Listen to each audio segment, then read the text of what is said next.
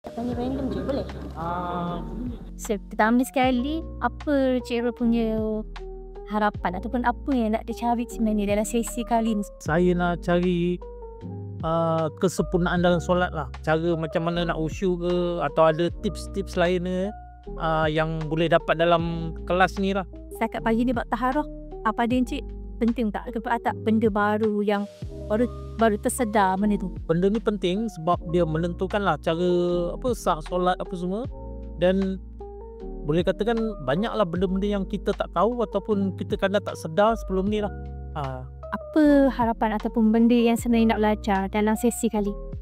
Sesi kali ni saya nak fokus pada solat musafir. Persoalan tu benda yang cari makmum yang sempat baca Fatihah dan tak sempat baca Fatihah. jemaah tu. Solat Jumaat dengan kalau kita musafir, kita join Jumaah sekali lah macam mana. Yang kita faham maknanya jamak kita qasar. Betul tahu orang tu yang tak pasal berjemaah dalam konteks Musafir betul.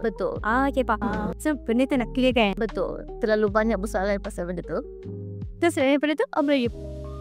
Pasal taharah ni juga. Setakat baru suku hari ni kan, rasa penting tak yang kita belajar sini? Sangat-sangat penting. Datang kali ni sebenarnya nak cari apa? Nak belajar? Sebenarnya saya dah 4 kali ni. Kan? Kali keempat kan. Sebenarnya nak kupas lagi apa benda yang kita banyak buat silap pasal banyaklah pasal solat biasanya kan. Lepas tu yang macam ustaz cerita tadi pasal air, jenis-jenis air tu pun kadang-kadang temu confuse juga kan.